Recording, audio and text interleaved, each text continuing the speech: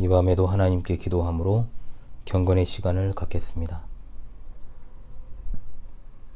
가장 은밀한 것이라도 보고 계시고 분명하고 확실하고 단 하나의 실수도 없으신 우리 하나님께 이 시간도 영광과 존귀와 감사와 찬양을 올려드립니다.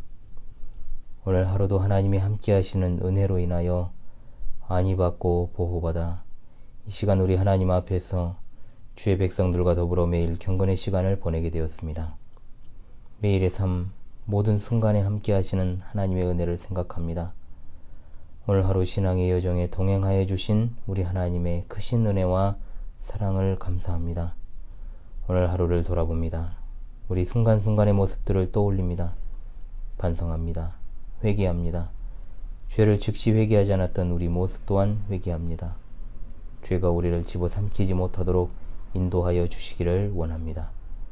연약하여 범한 죄를 부끄럽게 생각하고 은혜의 샘에서 죄를 씻기 원합니다. 회개를 뒤로 미루지 않게 하시며 오직 그리스도의 보혈로 날마다 씻음 받기를 원합니다. 우리의 모든 마음과 생각과 말과 행위가 주 앞에 연락되기를 원하나이다. 날마다 우리에게 은혜의 샘을 허락하신 하나님 감사합니다. 죄의 용서와 평안을 위해 은혜의 보좌 앞에 날마다 담대히 나아갑니다. 이 시간도 각자의 처한 상황과 위치에서 여러 모양으로 이 경건회에 참여한 주님의 백성들을 돌보아 주시기를 원하오며 이 경건회의 시작부터 끝까지 함께하여 주시며 주님의 백성들에게 성령께서 강하게 조명하여 주시기를 간절히 바라옵니다. 거룩하신 삼위일체 하나님 홀로 영광을 받으시옵소서. 우리 주 예수 그리스도 이름으로 기도합니다. 아멘. 제네바 시편가 29장입니다. 제네바 시편가 29장 시편 23편입니다. 함께 찬송하도록 하겠습니다. 제네바 시편가 29장 되겠습니다. 여호와 나의 목자이시오니 내게 부족함 없으리로다.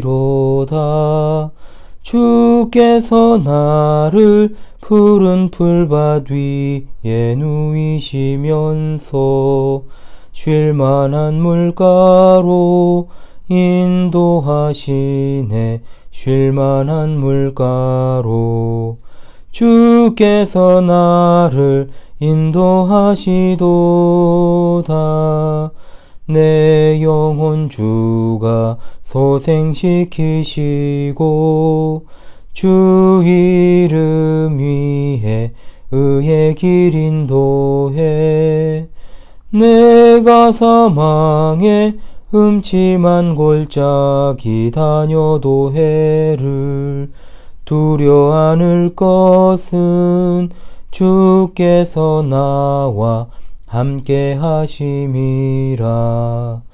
주 지팡이와 막대한 위안에 주께서 나의 원수 목전에서 내게 상을 차리어 주옵시고 기름을 나의 머리에 부으니 내 잔이 넘쳐.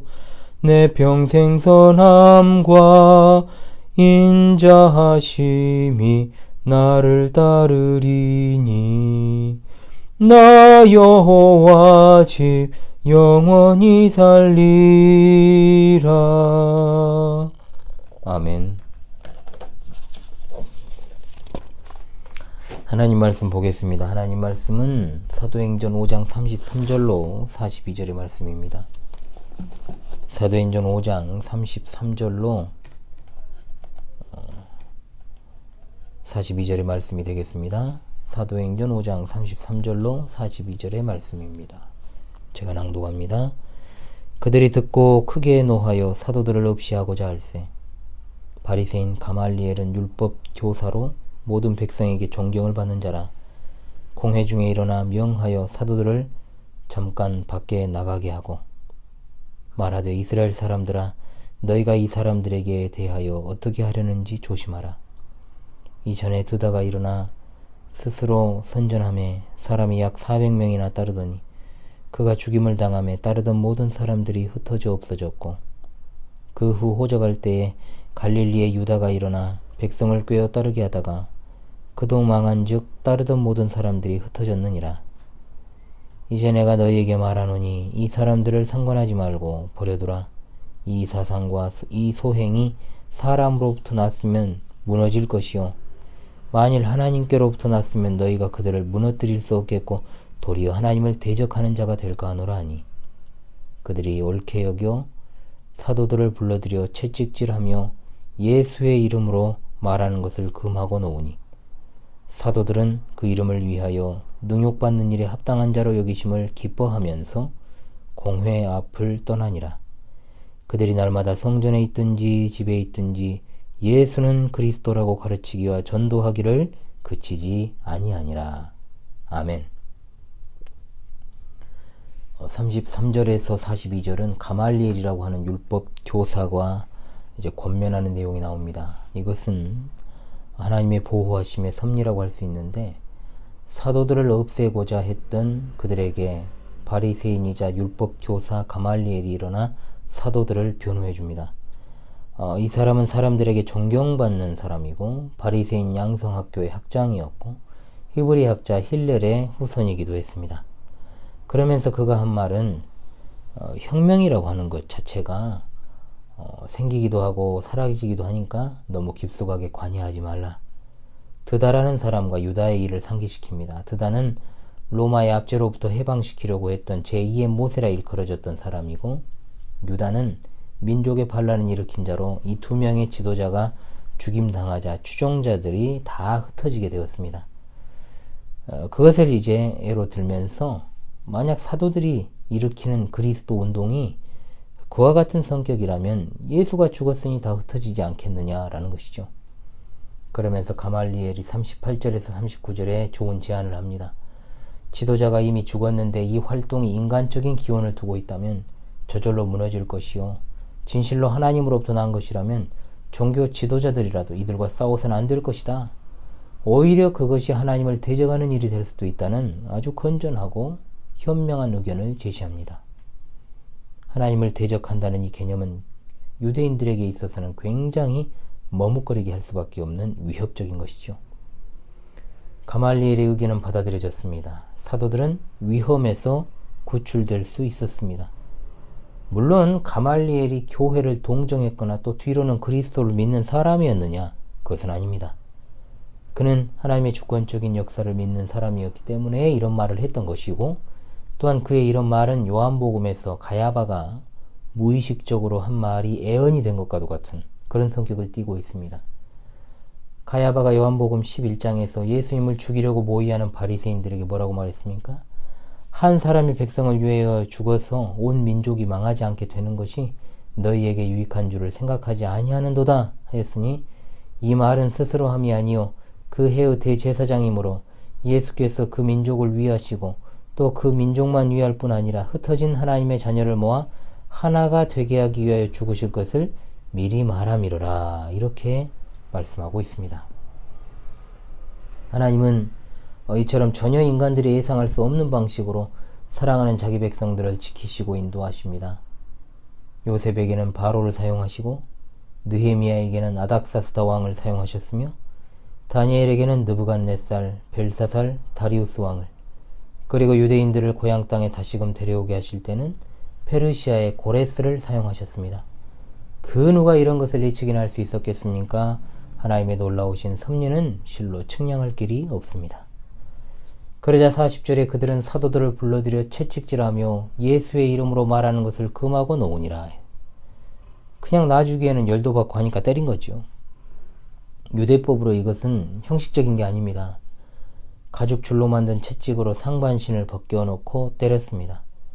죄수는 무릎을 꿇은 상태에서 세 줄 달린 채찍으로 가슴과 등을 번갈아 치는데, 가슴 한 번 치고 등을 두 번 치는 이런 형식으로 진행이 되었습니다. 채찍할 때 이제 횟수를 간혹 헷갈리거나 또는 40대를 넘기게 되지 않도록 39대에서 이제 이 채찍을 멈췄습니다. 이것은 유죄 판결을 내릴 때나 때리게 되어 있었는데 이 인간들은 자기들 스스로 유죄 판결을 내리고 때린 것입니다. 마가복음 13장 9절에 주님은 제자들에게 사람들이 너희를 공회에 넘겨주고 또한 회당에서 매질하겠으며 나를 인하여 너희가 관원들과 임금들 앞에 서리니 이는 저희에게 증거되려 함이라 하셨습니다. 이 사건이 바로 이 말씀의 1차적 성취입니다. 안 되는 줄 알면서 그들은 또 어리석은 명령을 내리지요. 예수의 이름으로 말하지 말라. 그러나 그 말을 하는 그들도 그것이 지켜지리라고 생각하지도 않았을 것입니다. 그들은 속히 예수 그리스도를 구주로 영접하고 회개해야 됐음에도 불구하고 그리하지 않았다라는 것을 보게 되고, 또한 일관되게 예수님을 거절했던 그들의 모습을 다시금 하나님께서는 누가로 하여금 강조하게 하셨습니다.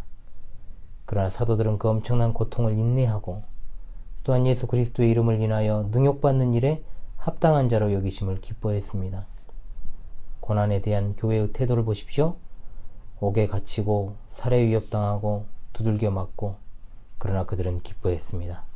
그리스도의 이름 때문에 받는 능욕이 성도에게 있어서는 최고의 가치 있는 일이기 때문입니다. 핍박을 주신 하나님을 찬양합시다. 내가 스스로 시험에 빠져 미혹되어 저지른 일들을 핍박이라 생각하지 말고 아무쪼록 예수 그리스도의 이름 때문에 받는 핍박으로 인하여 기뻐하는 여러분 되시기를 바랍니다. 사도들은 날마다 성전에 있든지 집에 있든지 예수는 그리스도라고 가르치기와 전도하기를 그치지 아니하니라고 했는데, 그들의 목적은 바로 예수님이 구약에서 예언된 모든 말씀의 완성자가 되신다는 사실을 알게 하는 것이었습니다. 공회에서는 하지 말라고 했습니다. 투옥의 협박, 매질, 그리고 죽음조차도 이 증인들을 막을 수 없었습니다. 단속은 더 심해졌습니다. 그러나 오히려 그럴수록 불은 더 커져만 갔습니다.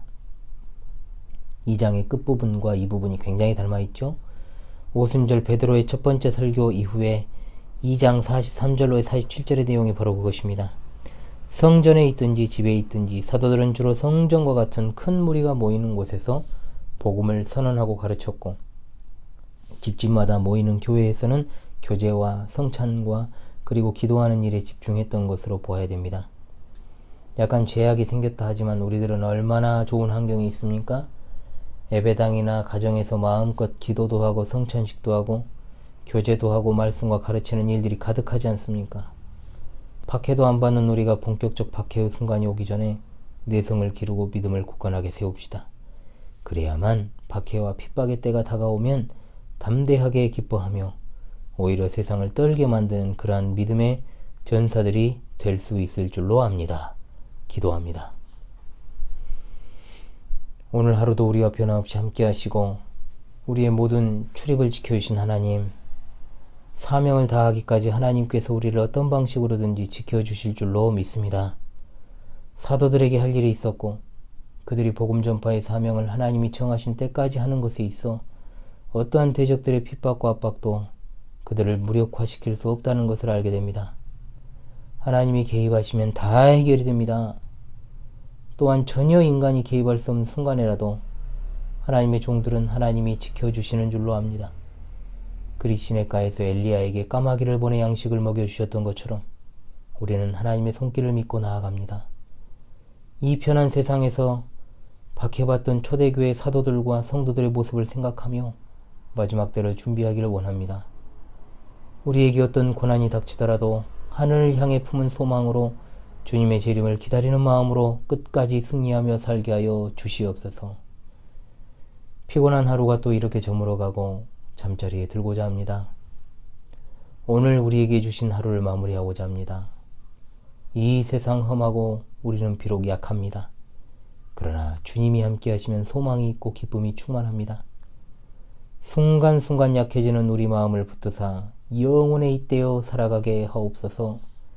늘 하나님의 은혜의 돌보심의 역사가 우리의 삶을 인도하시기를 간절히 소망하오며 매일 밤 경건회에 함께하는 하늘 가족들의 삶을 늘 지켜 돌보아 주시고 하나님께서 이스라엘 백성들이 거하는 장막을 보호하심같이 하늘 가족들의 거처를 보호하여 주옵소서. 감사드리옵고 우리 주 예수 그리스도의 이름으로 기도하옵나이다. 아멘.